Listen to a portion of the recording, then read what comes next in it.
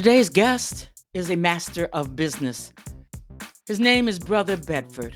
You'll know him because he is the founder of Masters of Business Network and Mastermind Community. He is a deep dive best-selling author, conversations with millionaire entrepreneurs. His footprint digitally and print is solid. We had a conversation in 2020, and when we discussed AI and employment, the state of Black folks concerning jobs and entrepreneurship, spoke of the value of being a participant in a mastermind if you're going to be successful. And we round it all out with the wealth and income gap. When I listened to that conversation, I knew that I had to bring it back because it's still valid. It wasn't just a conversation in 2020. It was a foretelling of what was to be in 2022. So give me 1 hour of your listening ear, and I promise you, the entrepreneur, will be inspired. You will be informed. I bring to you the master of business, Brother Bedford.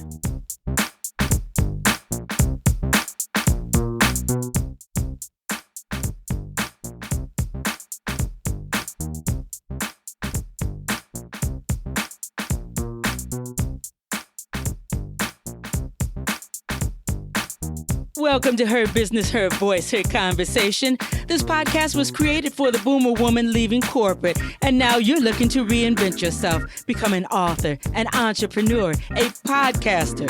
Well, each episode will leave you with clarity. You will come away with the yes, I can and yes, I will reinvent myself mindset. So come on, let's do this. I'm your host, Margot Levette.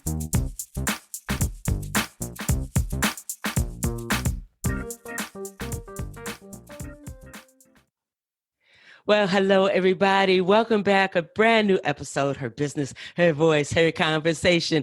Today, I am so thrilled. Well, you know, I'm always thrilled, but extra thrilled today because I have with me an author, a podcaster, the founder of the world's best. Well, let me back up. He is the founder of the Masters of Business Network and Mastermind. It's dedicated to the mastery of entrepreneurship and business. And let me tell you, it is the world's #1 training network and mastermind platform for Black entrepreneurs and business owners. So we have to have strong leadership when we become entrepreneurs, when we say that we're going to start our business, be it digital or be it brick and mortar. And let me tell you, Brother Bedford is the man. So welcome, Brother Bedford. I'm so glad to have you here. Oh, thank you so much, Margot. It's me. I'm honored to be with you. I'm honored to share the space and the airways with you. I've been watching. Obviously, we've worked together, but just to continuously watch your growth and your development and the things that you're doing and the impact that you're having. Again, this was destined to happen, and I'm just honored to be here, and hopefully we can add some value to those who are going to tune in to hear what we have to say. Oh, yes, yes. And for those of you who don't know, Brother Bedford is the only reason why you are listening to Her Business, Her Voice, Her Conversation.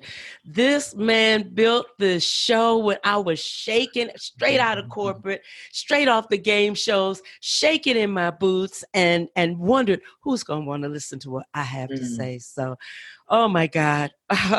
So Mr. Benny Randall, who is the head of Verkay and Bashani Radio, calls you the Black folks whisperer. And let me tell you, you have a way of connecting with the globe, with everyone, because business is business. But the way you present it for us as Black people to do business is the way we can connect and relate. So the first question that I have for you is, when we look at corporate America in 2020, what is your take on it as far as us in America and Black people in particular? Sure. Well, thank you. That's a great question. And thank you for the question, Margot. The McKinsey report that was just released recently said that over the next 5 to 10 years, 4.5 to 5 million Black jobs will be lost due to automation and AI, which is artificial intelligence. That's something that's going to happen regardless. But now we're also hemorrhaging millions of jobs even before this report came out. And not to mention the millions of brothers and sisters who are underemployed, right? Some have gone to school, spent tremendous amount of money to get a degree in one particular field, and they did not enter into that field after graduation. And then they find themselves working in industries or in jobs that are beneath their intellect and their education. And so literally we have tens of millions of Black people who are either unemployed or underemployed. And the trend, George Fraser, who's my mentor, and I'm sure the audience is very well aware of him. If not, you should be aware of George Fraser. But he always quotes the statistics of the income and wealth gaps between white and Black, and how, if nothing changes, the current trends that we're on, not only will the unemployment be glaring, but just the wealth that we have, family wealth, in the next 20 to 25 years. And most times their numbers are off. But they say within the next 20 to 25 years, if nothing changes, Black families will have a household net wealth of zero.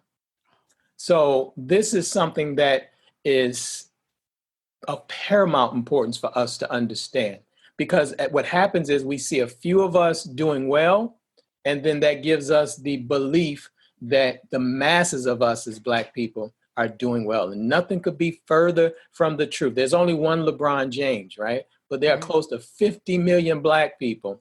Another statistics, and I'm giving you these statistics before I go directly into to the answer, is that out of the 7 billion people on the planet, there are only 13 Black billionaires. I want you to think about that. 7 billion people, 13 Black billionaires. 800 or so billionaires in the United States, only 5 Black billionaires. And when we're talking about billionaires, when we get there, not one of these billionaires in America have a value or a wealth of over $5 billion, right? So even when we're just getting into that 1%, we're still on that very, just crossing the goal line. We're giving an example, we're not to date this interview, this conversation, you have a Mike Bloomberg, worth 60 billion, right? So I just want to give the audience something to look at, where Jay-Z, where we applaud, yes, he's a billionaire, $1 billion, compared to a Michael Bloomberg, who's one of many, who has $60 billion. And so even when we crack those lines, cross those lines of income and wealth, there are very few of us. So I say all that to say, back to that McKinsey report, it's dire for us. I went to the store just the other day. Again, we have to pay attention. All of us can walk into a Kroger, a Walmart, or anything, and you'll see that slowly but surely all of the cashiers are diminishing, and you have to go into the automated. That's AI, that's automation to check out. Now, for us, it seems convenient, but those are jobs that's being lost, and they want to increase that, not only in the Walmarts, the Targets, but the Krogers, the Whole Foods, wherever you go, you'll see that there are machines taking the place of what would be considered lower tier jobs, right? So now when that is replaced, the jobs that are becoming available for Black people are even beneath that. So even when we say that there are going to be jobs that are created, they still will not be able to meet the requirements for us to have a living wage. And this is why you see the trend for a lot of us beginning to work 2 and 3 and 4 jobs, or have a job or 2 and still have 2 to 3 different hustles. So that picture, if you really understand it, is bleak for us. And so what we have to do, and I saw my brother, John Hope Bryant. I've seen a few other Black leaders or political figures talking about the necessity to go back and get retrained and educated to kind of fit into this new economy. And I have a different take on that, because even as we begin to retrain and go back to school to try to get jobs, and we don't even know what those jobs are. If the robots are replacing these jobs, what jobs are you going back to school to learn, right? And so you have people who are going back to school accumulating debt to get into what's called an ever-evolving economy and ever-changing. So what has been happening is that the jobs and the training that we've been getting, by the time we get the certificate or the degree and we're in debt, that job is no longer necessary because the machine or automation has taken over. So to answer your question bluntly, we're in a time right now where we have to get the type of knowledge and information and guidance and tutelage and mentorship that will not teach us to go and look for a job, but to teach us how to create a job. So that's my position as we move into this era where jobs are going to start hemorrhaging, and really at a fast rate. It comes when we least expect it. As the economy begins to go through ups and downs, the domino effect is going to be very hard on us. And so I learned a while ago that in America, that there's going to be a time, and we're entering into that time, where white America can't even afford to hire enough of its own people, let alone provide jobs for us. So we have to learn to create jobs. And then if God blesses us, then we'll be able to help to create jobs and partnerships. I really hope we start using different language. We got to get out of the language of job and get into entrepreneurship and ownership and partnerships and strategic alliances, because that's how we begin to build our own economy. So we need to begin to think about creating jobs, taking our knowledge, our experience, our expertise, our passion, even our hobbies, and create a job around that. We can do it. We have the capabilities to do it, but there needs to be a mind shift to help us to get into that. And it won't be easy, but it's something that we have to do. Wow. I hope everybody's taking notes, because this is information that it's not maybe it will happen. It is happening right now as we speak. So we jump in a car, we get up at 5 or 6, and out here in Southern California, we're on that dreaded 405 at 4 or 5 in the morning, going downtown, whatever, to a job that is not even going to exist much longer. Absolutely. That's dire information. Yeah. And if it does exist, you still have to just it's a real world. You're at greater risk that job could be replaced by technology, right? And so if that job is replaced by technology, even if you love your job, and so I'm telling, even if a person loves their job that they've elected to pursue their career, I'm not telling you just to quit your job. Even my brother, Dr. Randall Pinkett, in his book, Black Faces in White Places, I believe it's chapter 9, if I'm not mistaken, he teaches in there about becoming entrepreneurs. So even if you work within a company structure, a corporate company, you have to begin to think like an entrepreneur so that you can begin to create value, so that now you have this value that cannot just be easily diminished or easily replaced. So let me put it to you this way. In the sports world, they call it where you have players who built up their resume and their cachet to where they become free agents. Yes. And then as you're a free agent, then anybody can bid on you. And now you're able to dictate the income or the revenue that comes to you based upon the value that you bring to the team. Yes. So even if you have a job that you love, that you're passionate about, you still have to begin to think entrepreneurial, because the company and the corporate structure is changing such that even though you may have a job, relying on them to take care of you long term, the days of working 40 years and having a safe, secure pension and healthcare, those days are long gone. And so even if you love your job, you still have to think of ways to make yourself valuable so that you'll be able to take care of yourself in the latter years. I don't really believe in retirement. I think that's a language that has really kind of made us lazy. We work 40 years to retire. We should find something that we love and just do it to the grave. Yeah. If you want to travel the world, just do it to the grave. Everything that God creates Yes. works until the end. It doesn't think about retire. You never hear a lion talking about, I'm getting ready to retire, right? You never hear, any creature in the world talking about, I'm getting ready to retire. They do what they do. They live their gifts, their talents, their skills until God says it's time to come on home. And so I That's think it. that's, again, these are mental shifts that we have to begin to make, because if you're relying on a company that is not loyal to you, Mm-hmm. your brother got to speak straight words. They're not Mm-hmm. loyal to you. If they can replace you tomorrow, they will. If they can find someone that can work cheaper Mm-hmm. than you, they will. And so you just have to be on the offensive, think more in terms of competition. I'm sure we'll touch on that a little bit later. I think that's one of our challenges, that we're not thinking competitive enough, because I don't think we'll ever be able to close these gaps in the traditional sense. When we want to close the income and wealth gaps, it's not going to be because all of a sudden corporate America or white people all of a sudden became benevolent, and now they're going to sacrifice their income so that you can catch up. No, we have to think about, how are we going to begin to compete? How are we going to be in charge of the automation and the artificial intelligence that competes with Yes. others in the Yes. marketplace? Mm.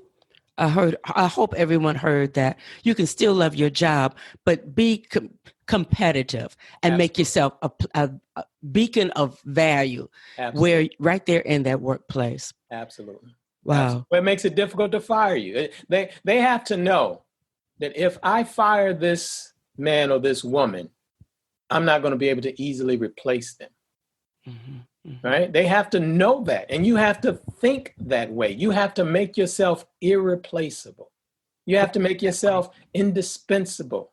And I think we've settled too much on just being able to get by and be accepted and want to be included and all of those types of things, that we forget that we are the children of great scientists and mathematicians and builders and architects, that this wouldn't even exist Yes. if it wasn't for us. And so we have to get back to that mindset and that spirit, so that when we do encounter these oppositions or people coming against us, we don't shrink. We don't crawl into a corner because of fear and anxiety and feeling that we're not worthy of being on the same playing field.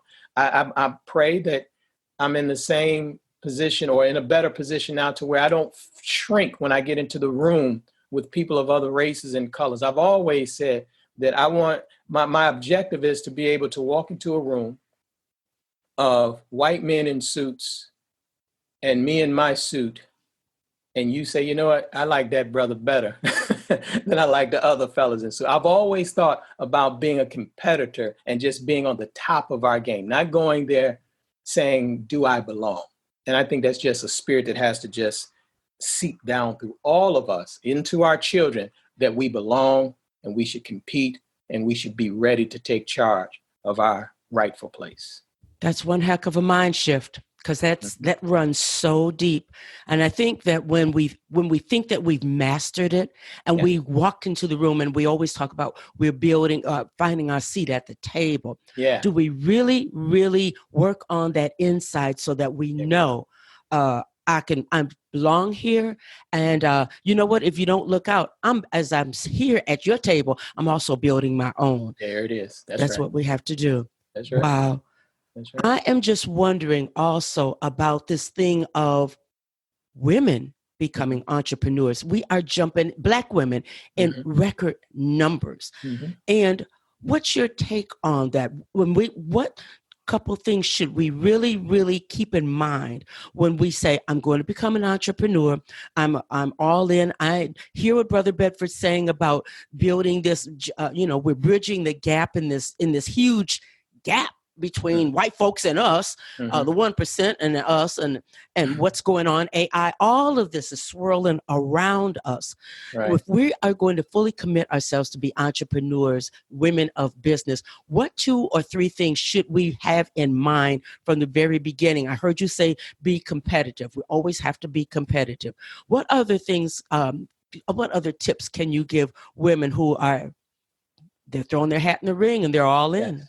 Yes. Well, first I want to say that, it's needed. It's warranted.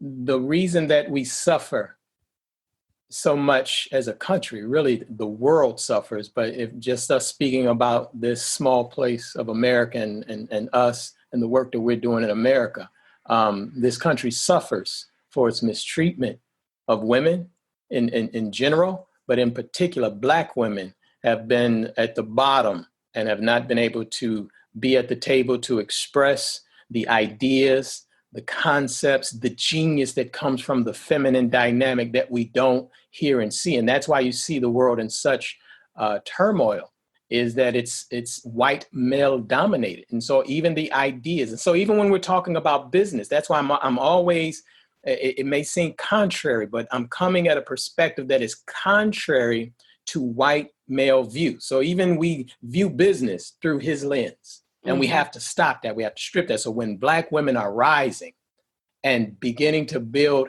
businesses and taking their genius, their talents, their ideas into the marketplace, it is a fantastic thing. And we have to begin to work harder to support that. I'm speaking of the brothers. Yes, we have our own challenges, but we have to begin to support Black women in entrepreneurship and business. Now, the challenge that I see happening, though, and this is one of the reasons you mentioned the Masters of Business. One of the things that struck me one day, because Masters of Business has been on my mind for almost 10 years, and I never could find the right way to pull the trigger because that is truly a labor of love. And so it wasn't something where I'm thinking, how can I make some money or what's the big angle? I have no angle. So someone asked me the other day, so what are you trying to accomplish with this? I say, it is what it is. I'm trying to help Black people become masters of entrepreneurship and business. I want to help my brothers and sisters learn the internal things and the external things to help them to be entrepreneurs and business owners and create wealth and leave intergenerational wealth. And so they couldn't see that because there's always an angle. Again, looking at it from the view of white males, right? So, and there is no agenda.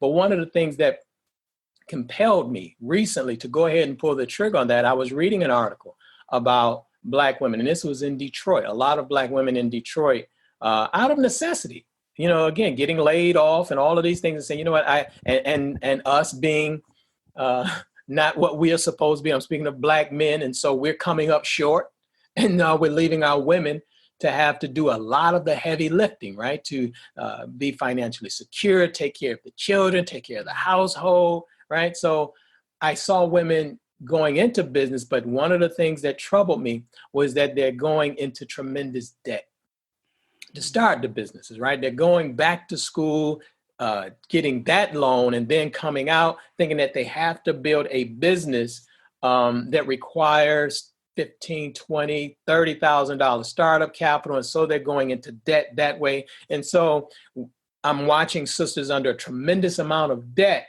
trying to build a business. And so I would say the first tip that I would give is that you don't have to build a business like Amazon. I think that is one of the most troubling pieces of advice that I see happening on the internet, is that everyone wants to be the next Jeff Bezos. So they want to be Bill Gates because the term millionaire, even I backed off of using the term Black millionaires, even though that's my reality of interviewing Black millionaires, learning from them, networking with them. That is my reality. But what has happened is that that's become a catchphrase for so many people. And so you have everybody wanting to become a millionaire. And so we're looking at these big businesses, these huge operations, and we're missing all of the joy and freedom and independence that could happen by building a nice, fundamentally sound business off of our natural talent, skills, and gifts. And so I see not just sisters, brothers as well, but in particular, sisters going into industries where they're having to fight very hard to build these huge businesses and go into debt, when my advice is that go internal. What is your strength, your gift, your God-given talent that you have, and build a business around that. And I tell people, what's wrong with building a business that generates you $100,000 a year if it gives you time, freedom, gives you flexibility. You don't have to worry about a million employees. You don't have to worry about office politics and all of that. What's wrong with that type of business? Instead, we'd rather build $1 million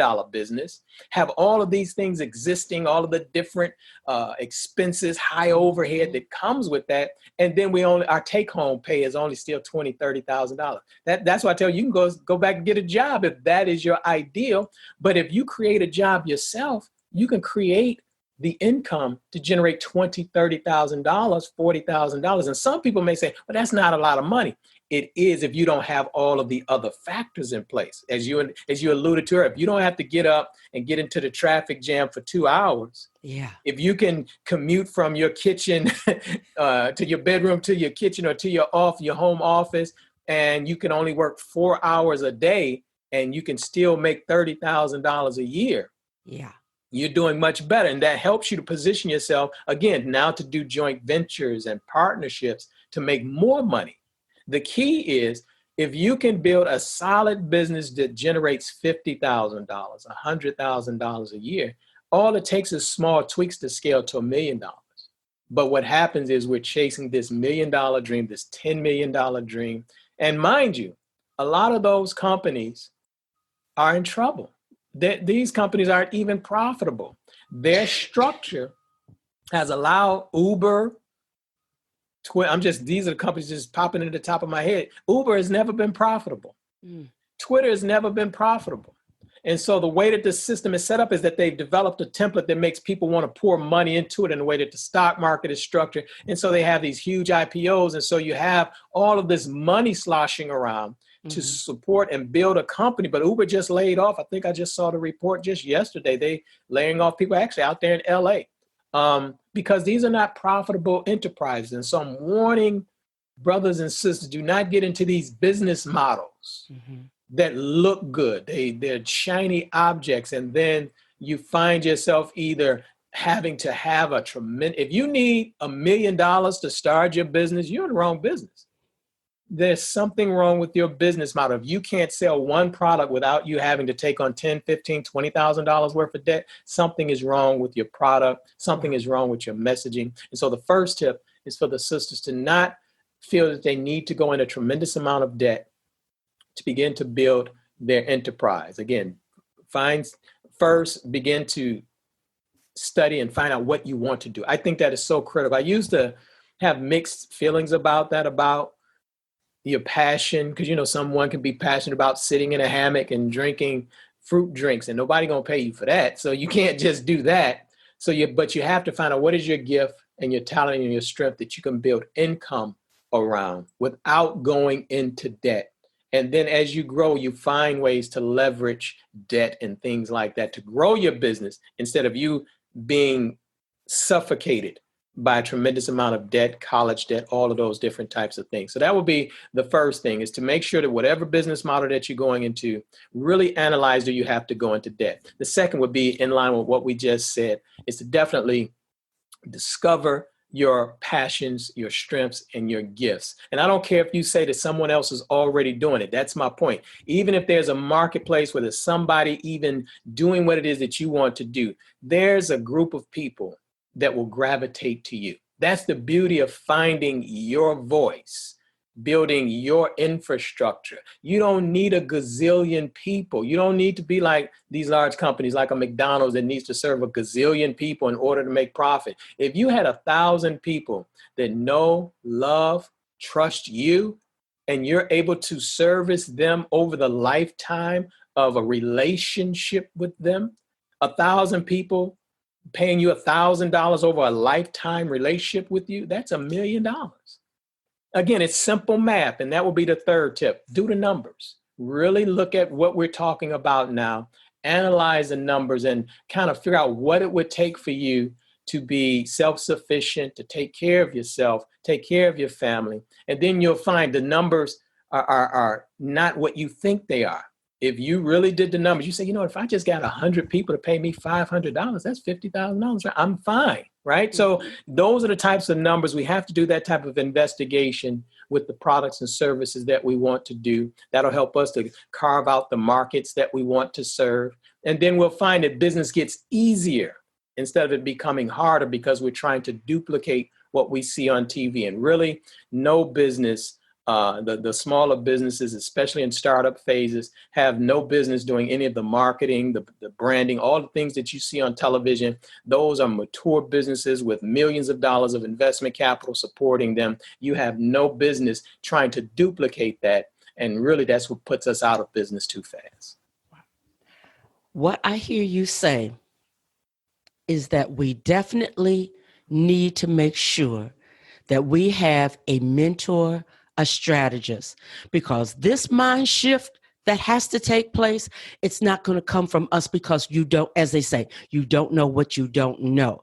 Absolutely. You Absolutely. obviously are you read, you study, you pay attention to what's going on. And the Masters of Business Network and Mastermind is a labor of love. Yeah. I'm looking at the time, and I respect your time greatly. Will Well, I'm you okay. take us? Well, I'm so glad. I'm Will you okay. take Take us your time. into the network and the mastermind? Because this is where I want to lead people. My thought on all of this is that if you're going to do this, you can't be too cheap to invest in yourself. Going long term, and as you always say, we're building organically. You need somebody to show you the way, to help you, because it's so easy to run back to the way that's always been comfortable, and that's the Sure. corporate way, and Sure. that's not going to work for us. We want to advertise the corporate way. We want to approach people the corporate way, and that is not our way. So will you take us into the Masters of Business Network and Mastermind? How does that work? And most of the time, I don't like for people to come onto the show and just sell, but I want you to tell people what this is all about, because I am yet to find something that's dynamic and meaty, and the price point is, oh my God, you're crazy if you don't jump in. That's all I'm going to say about the Mastermind. Yeah, no, well, you've touched on everything. And so first, let me go back to the coaching dynamic. Yes, you want to begin to find, if not coach or mentor, you need to find somebody that's doing what it is that you want to do. You need to begin to surround yourself. One of my other mentors, Dr. Dennis Kimbrough, best-selling author of many books, but the seminal work, or the work that he took over and co-authored with the Napoleon Hill. Most people don't know that Napoleon Hill, prior to his death, was working on a version of Think and Grow Rich for Black people. So even that alone is a lesson that even white people see that there's a different conditioning that has happened to Black people that requires a different type of teaching. There was already Think and Grow Rich, but even Napoleon Hill saw that just that teaching alone was not sufficient for Black people, because Black people have experienced something that no other people in the annals of human history have suffered. And so we need a unique and a different type of teaching to bring us up out of that. Now, I argue that all we need to do is go back further to the beginning. I tell everyone, if you ever just study the movie Roots, you'll see the naming process, that after a child, and this is just in Africa period, where that after the child is born, and to go through the naming process, every father said before any other distractions or anything got in the way, they took them out and then they held them up to the sky and said, behold, the only thing greater than yourself, right? So at the very beginning, we're taught that we are connected to the universe, and there's nothing greater, that if we just tapped into that, we can begin to build the life that we want. That's entrepreneurship. That's all entrepreneurship means. Of course, entrepreneur is a French word that was just introduced in the early 1900s, late 1800s, due to this industrialized society. And so that's why we have to get past that. Everyone is born an entrepreneur. The only thing that is greater than you is the universe itself. And if we learn to suck from the universe and nourish ourselves, there's nothing that we can't do and build a business around. And so the coaching dynamic, or the mentor dynamic, as Dr. Dennis Kimbrough would say, if you're the smartest person in your group, you need to get a new group. right? If you need to surround yourself, he said, study the 5 closest people to you. And once you see those 5 people, you can almost predict your future. So the key is to always begin to associate yourself and begin to get around people who help to elevate you to the next level or the next version of yourself. And so the Masters of Business Network and Mastermind really comes off of those principles that are rooted in scripture. You know, a lot of people attribute, first, let me put it this way. The number one secret of white business success is that they network and they mastermind. That's how you shortcut your learning curve. So again, instead of going back to school to spend $100,000, and I talked to a woman not too long ago, and she had tears in her eyes that she had gone to school, went back to school. She has 3 degrees from 2 colleges, and she was $100,000 in debt. And yet she was coming to us to figure, I need to do something different, because she was working in the field, some of the stuff that we've already covered, working in a field that she got her degrees in. She wasn't in that area of expertise. And in fact, she didn't even have a passion for that any longer. But yet she's burdened by this $100,000 of debt and trying to figure out how to start over. So you don't have to do that. You can invest in groups, begin to network and mastermind with those who could help to take you to the next level. That is the number one secret of white business owners. There's not the Warren Buffett's, Bill Gates, all of them. They have networks, they have masterminds where they meet and they discuss their business problems, and then they collectively come together and give solutions or suggestions or advice to each individual business owner on how they could take their businesses to the next level. We don't do that. And then most of us believe that that's a white person thing. And they attribute masterminding to Napoleon Hill, because Napoleon Hill, again, using universal principles and one who studied the Bible, talked about where you have one person who has a mind, and then you have another person, and those 2 minds come together, and then they create this third mind, right? And so a lot of people say, well, that's Napoleon Hill. No, I can take you to the scripture where it is said that where 2 or more are gathered in my name, there I am in the midst of you. So when we begin to network and mastermind together, we begin to develop this new power, really a God power. Because look at the scripture. The scripture is saying, there I am in the midst of you. So when we come together, and we come together in the right spirit and the right energy, God intervenes into that, and he gives us solutions and answers to take us to levels that we've never thought of. So that's why we develop the network, so that we can begin to network with each other and begin to mastermind, so that if you got issues, bring your issue to the group and see if anyone in the group can come together. So you got these 2 minds coming together, and then let God begin to help us, to give us solutions to what many of us, we allow our problems to become very complicated because we don't know how to ask. I think you had mentioned this in the group the other day about pride. We have this false pride. And again, the scripture says, pride goeth before destruction, right? And a haughty spirit before the fall. And so here we find ourselves with these impediments that prevent us from going to the next level. And so that's why we develop the Masters of Business Network and Mastermind, so that we could come together and begin to network, and we begin to mastermind and get training. I'm in there giving training. I'm dripping in there the things that I'm learning from me. I have my conversations with Black millionaires in there. We got about 50 other different conversations that are getting ready to get in there. I didn't want to, I don't want to get ahead of myself and announce, but that's a part of networking. I've developed a very serious network of brothers and sisters who are doing significant things. And the best way for me to help brothers and sisters is to bring that collective genius back to us. And here's the catch. You mentioned the price point. And I think that sometimes deters some people, because I think a lot of people believe that you have to pay. Now, there are times when you have to pay premium pricing for certain types of knowledge, certain types of experiences, certain types of relationships. But if you're just starting up, the reason I started the Masters of Business Network and Mastermind, because I saw the pain of people wanting to get into entrepreneurship, or they're into entrepreneurship or business and they're struggling. And all of a sudden, someone's coming and saying, well, no, you got to give me $20,000 and I could solve the problem. And that's not the truth. As you're learning, as I've learned and still learning, and as others learn, entrepreneurship, or this thing that we're on, this is a journey. It constantly evolves and changes. There isn't one book.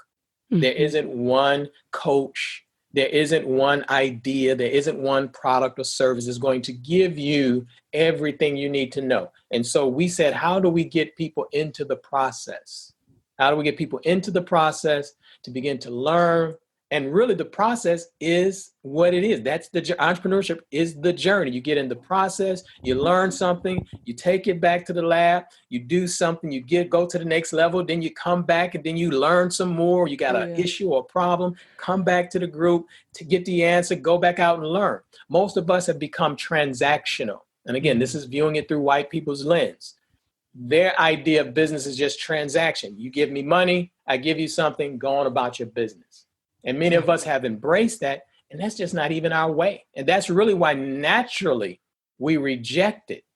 But we have to get over trust issues to where we become relationship businesses, right? I don't want Margot to come and then I give you something you on your own. No, we're in a relationship. Why not be in a relationship, be friends, be companions, and grow and develop together?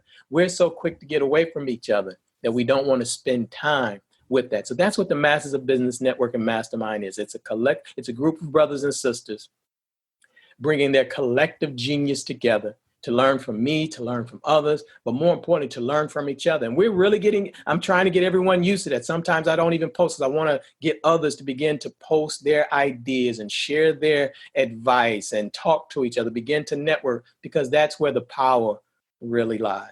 Wow, that's just a totally different thought, though, because that transactional thing, you are so right.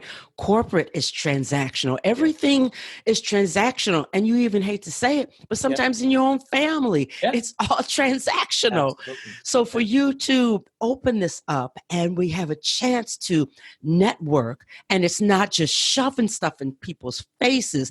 This is just a totally different fertile ground to be in. Yeah, it is. So I admonish people, go over and how do we find? Just go in Masters of Business Network. Yeah, you can just Google that or just go to the Mob Mastermind, the Mob, which stands for the Masters of Business, themobmastermind.com. And you'll be able to see what we're offering. And I know you mentioned the price point. Again, it's $10 a month, right? So I tell people if Netflix is more important, that's fine. If you don't have the $10, that's fine. You don't need it. I'm never twisting anyone's arm to come in and learn what it is that they need to be successful. Hopefully when you try it, and I offer a 30-day guarantee. So really you pay the $10, come in.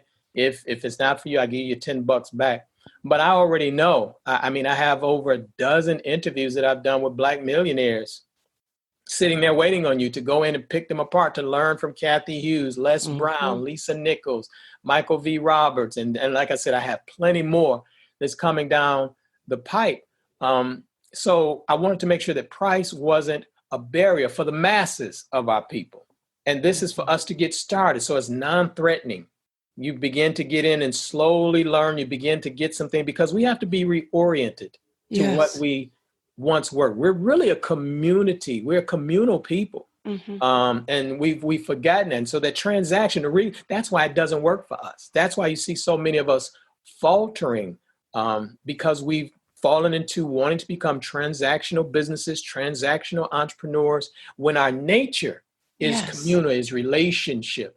And so once we get back to that, then we'll begin to, again, take down these barriers. We got to remove the stress and the anxiety and the pressure of trying to keep up with the Joneses, right? Our addictions to spending. There's no one that could tell me that they couldn't afford this, because all we'd have to do is say, you know what, I'm just not going to have one cup of coffee this month and I could pay for my network and mastermind. So it's really, for me, it's a test, because I like to see people where their priorities are in terms of this. And again, I tell people all the time, I may not be your huckleberry. So even if the Masters of Business Network and Mastermind is not for you, the key is still you have to find some place that you can begin to connect with people of like minds, to where you can learn entrepreneurship and business building and that you can begin to develop joint ventures and strategic alliances. Everything, as George Frazier's taught all of us, is about the relationship. If you don't have relationships, effective relationships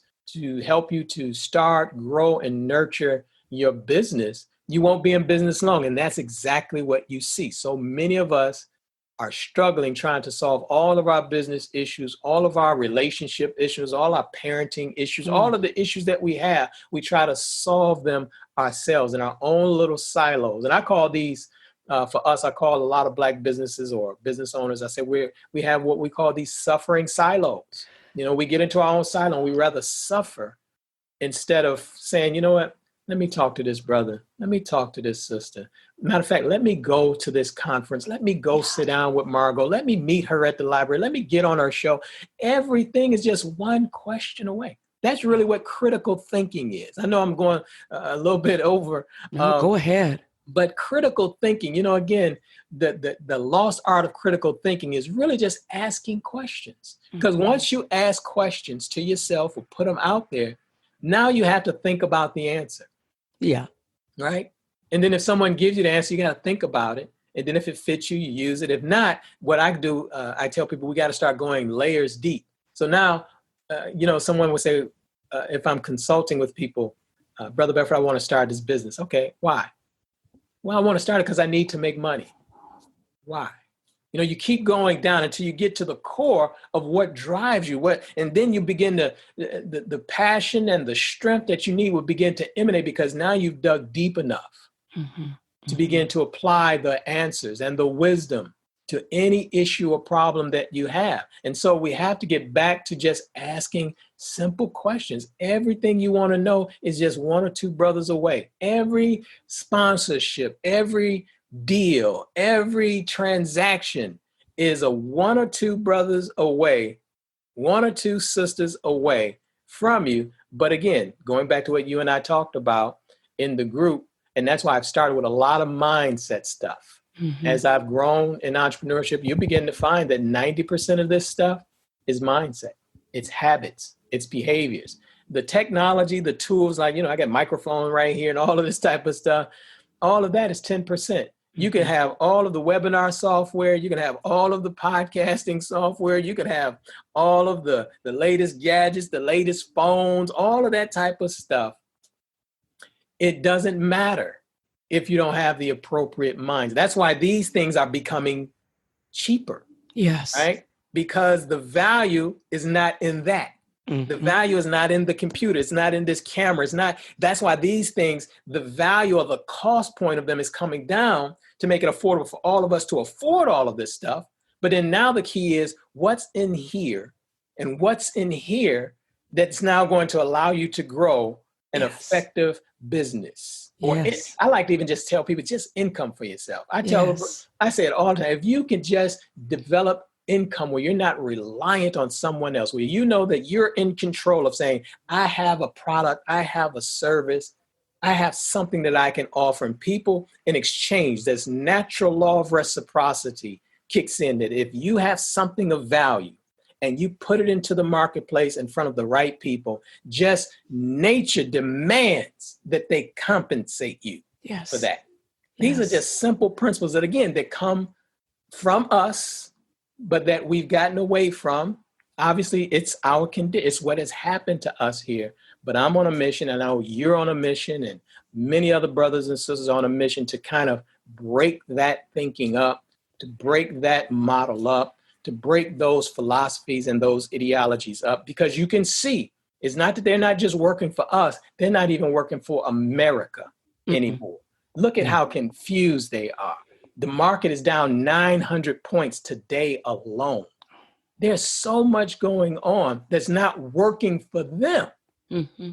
So I know we're getting ready to close out, and I'm in my little spiritual bag right now. So the scripture says towards the end, behold, I make all things new. We have to have a new mind, a new spirit, a new energy around business and entrepreneurship. We don't have to be the millionaires. We don't have to be the billionaires. I see so many people talking about their goals is to be a billionaire.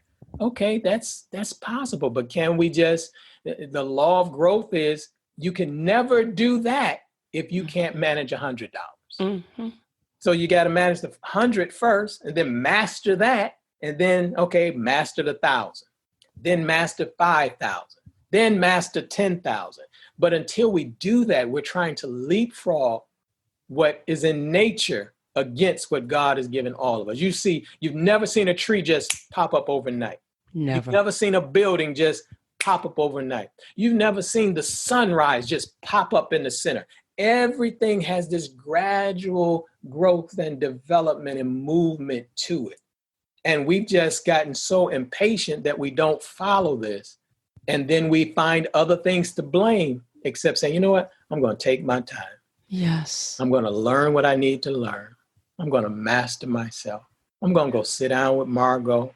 I want to reinvent myself, but I need to ask Margot, how does she do it? What was her fears? What was her anxieties? All of those things, that's where the value is. Mm-hmm. It's not about, Margot, I need a podcast.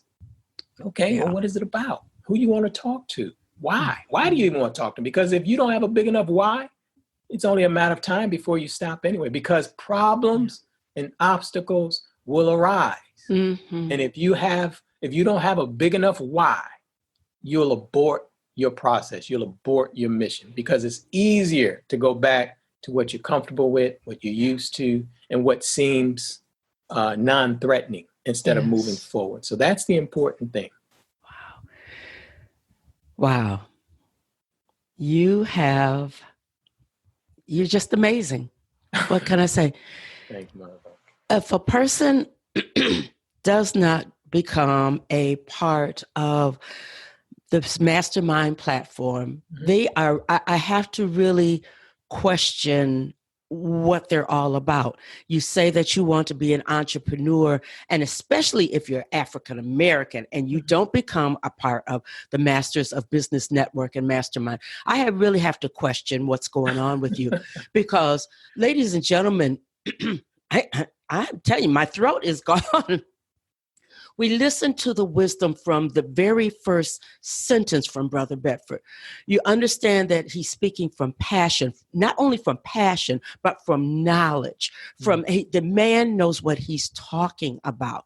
I was privileged to be with him for 2 years, and I am so very grateful. We come from a time where we don't know who to trust, but mm-hmm. let me throw everything, all caution to the wind. You can trust Brother Bedford. Well, thank you. You can trust this gentleman. So many of us do not want to. We don't want to put in $10. God knows we don't want to put in $20,000 because people have the chicaneries out. As my girlfriend in San Diego says, the trickery is on. Absolutely. And who do we trust? Absolutely. So this Brother Bedford, we can trust you. And everything that I know goes to that. So I'm always talking about reinventing yourself, become an author, a podcaster, an entrepreneur. We don't know how to come from corporate and be entrepreneurs. Today, ladies and gentlemen, I brought you before someone who can show you who can take you the total distance. So, Brother Bedford, they Google Masters of Business Network or the mob.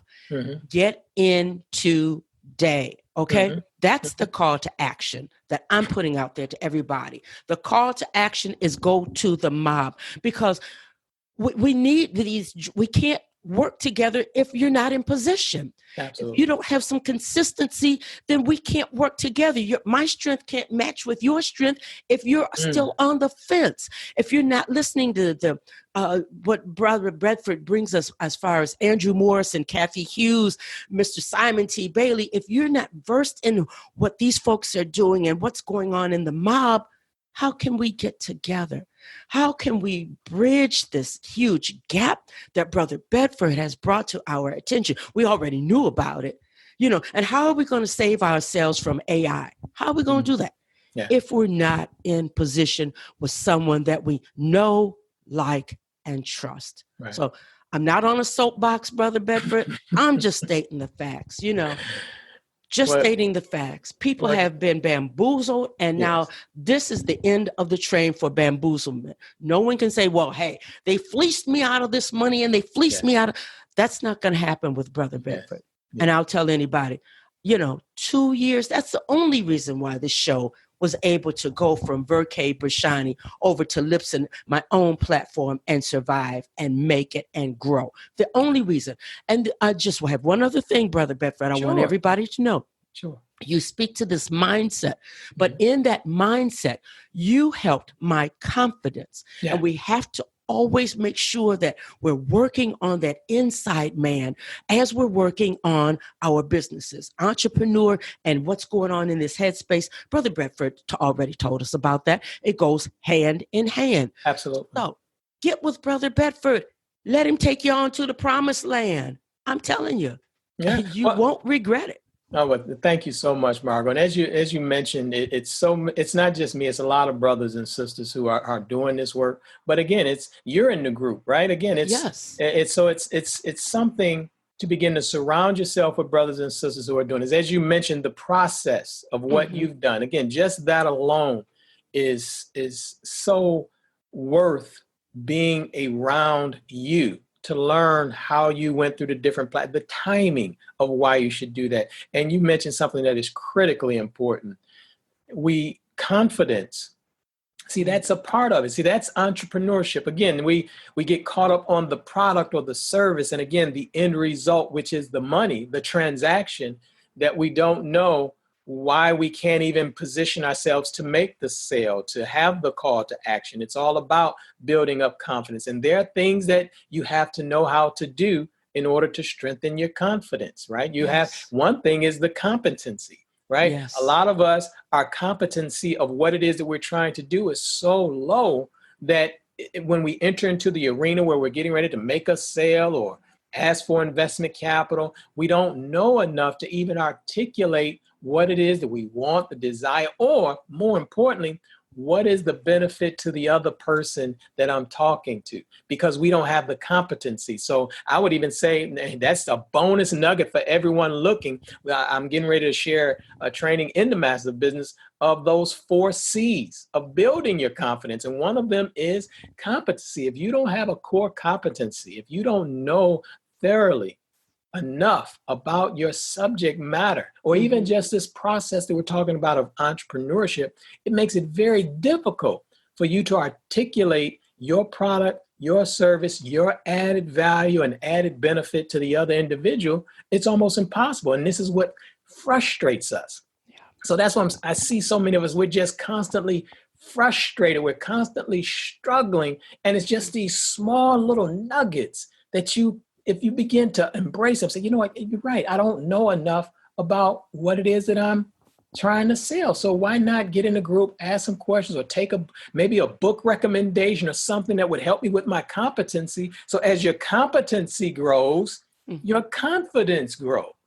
So the less your competency, the less confidence you are, right? So it's hand in hand, and it's just, again, I thank you, Margot, for again just bringing the conversation to the table. This in and of itself is a conversation that needs to be had. Not how many people you can get to like your profile, not Yeah. how many Facebook followers you have. What is your core competency? What is the relationship you have with other brothers and sisters that's in your space? Hmm. What is it that Margot can deliver to me on a weekly basis? Well, I'm not just listening to her podcast just to listen, say that I support her, right?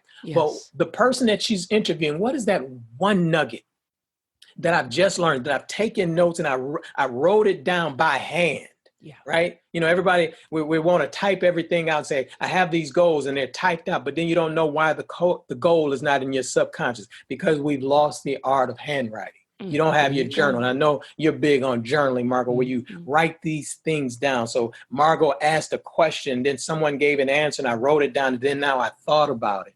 And now I can take that and apply that in my business. This Yeah. is all extremely valuable, that traditional school education and people who are trying to take your money will not take the time to say that that's important. You're overlooking what is really going to lead you to the freedom and the independence and the income that you desire, because you're overlooking something so valuable of how to reinvent yourself, how to surround myself with people like Margot and others so that I can begin to reinvent myself.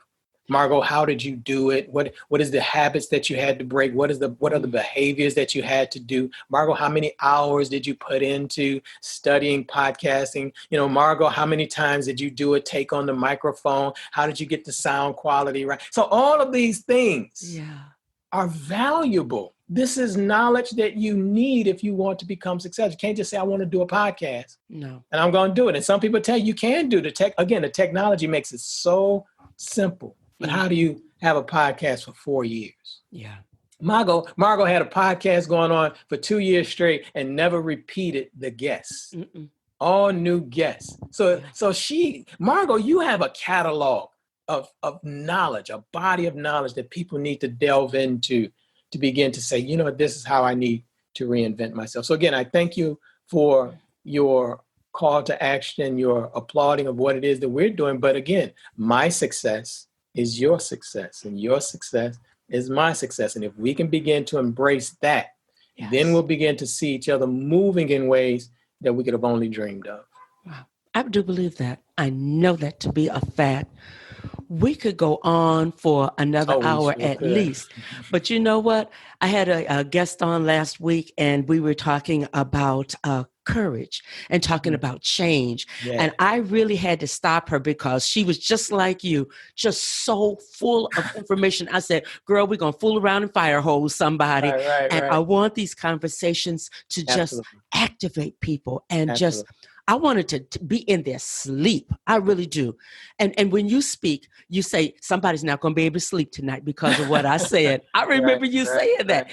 And that's what I want. I want people to, I'm big on repurposing now, the meat and the gems and the jewels. So people are going to listen more than one time. You're going to be on Facebook, LinkedIn, everywhere, all throughout this year, because what you brought to us today is just valuable. It's just beyond valuable. And I so thank you. Thank you.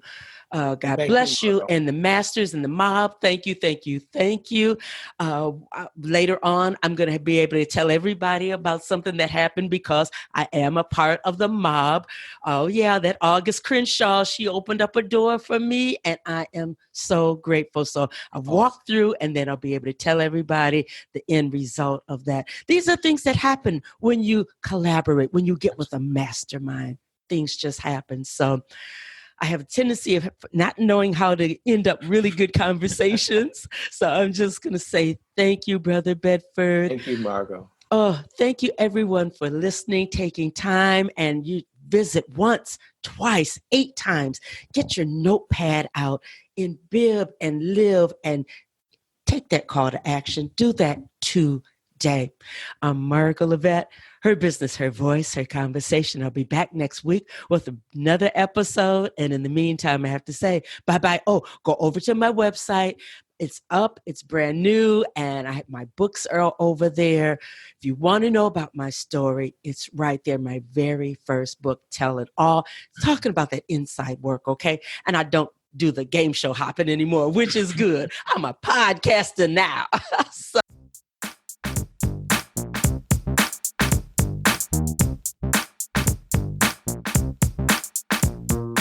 I want to thank you for listening to Her Business, Her Voice, Her Conversation. Couple of things that I want you to do right now. Go to my website, pick up a copy of Her Business, Her Voice, Her Reinvention, how I went from game show hopping to international show host, author, and speaker in 1 year.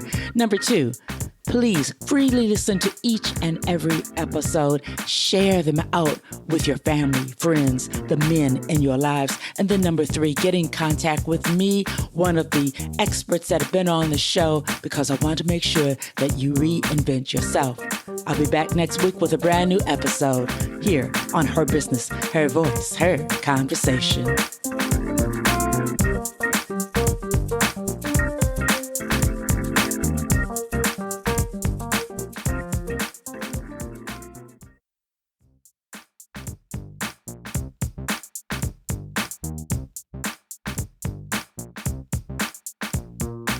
I want to thank you for listening to Her Business, Her Voice, Her Conversation. Couple of things that I want you to do right now. Go to my website, pick up a copy of Her Business, Her Voice, Her Reinvention, how I went from game show hopping to international show host, author, and speaker in 1 year. Number 2, please freely listen to each and every episode. Share them out with your family, friends, the men in your lives. And then number 3, get in contact with me, one of the experts that have been on the show, because I want to make sure that you reinvent yourself. I'll be back next week with a brand new episode here on Her Business, Her Voice, Her Conversation.